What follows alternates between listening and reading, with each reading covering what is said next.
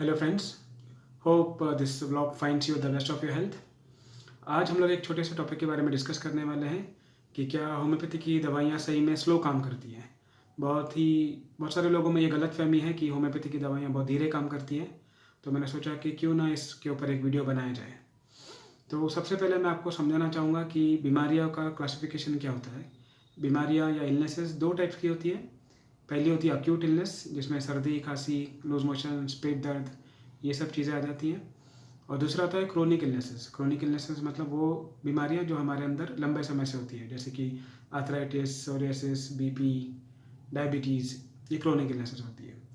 तो जनरली देखा यह गया कि होम्योपैथी लोग जो है वो प्रेफर करते हैं क्रोनिक इलनेसेस के लिए, जो बीमारियां लंबे समय से हमारे साथ चल रही है। तो ऐसे में ये होता है कि ये जो बीमारियां 5 साल, 6 साल, 7 साल से हमारे अंदर है, तो उनको ठीक होने के लिए भी थोड़ा टाइम लग जाता है, 7-8 महीने, 9 महीने, साल भर, कभी कम ज़्यादा। तो ऐसे में होता ये है कि हमें ऐसा लगता है कि होम्योपैथी क्योंकि इतना लंबा कोर्स करना पड़ रहा है तो धीरे काम करती है, बट ऐसा नहीं है। मैं समझता हूँ अगर 6 साल का किसी को आर्थराइटिस का प्रॉब्लम है, जॉइंट पेन का प्रॉब्लम है, या कोई और बीमारी है और वो 6-8 महीने में ठीक हो रही है, तो मैं समझता हूँ ये तो अपने आप में मतलब काफ़ी फास्ट इम्प्रूवमेंट हुआ। तो लेकिन क्या होता है कि जनरली जब जब हम किसी से बात करते हैं तो हम बोलते हैं कि हमारा इलाज चालू है सो एंड सो डॉक्टर के पास, और हम 7-8 महीने से दवाई ले रहे हैं और हमें फ़र्क भी पड़ा है।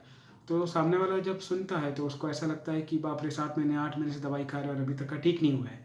तो उनको ये इंटरप्रिटेशन बन जाता है कि अच्छा हाँ, होम्योपैथी स्लो काम करता है, इसीलिए आपको टाइम लग रहा है या 7-8 महीने लग रहे हैं। बट उनको ये बात का ध्यान रखना ज़रूरी है कि 7-8 महीने अगर इलाज कर रहे हैं तो उसके पीछे 6-8 साल की जो बीमारी है वो भी जड़ से पूरी तरह से ठीक हो रही है।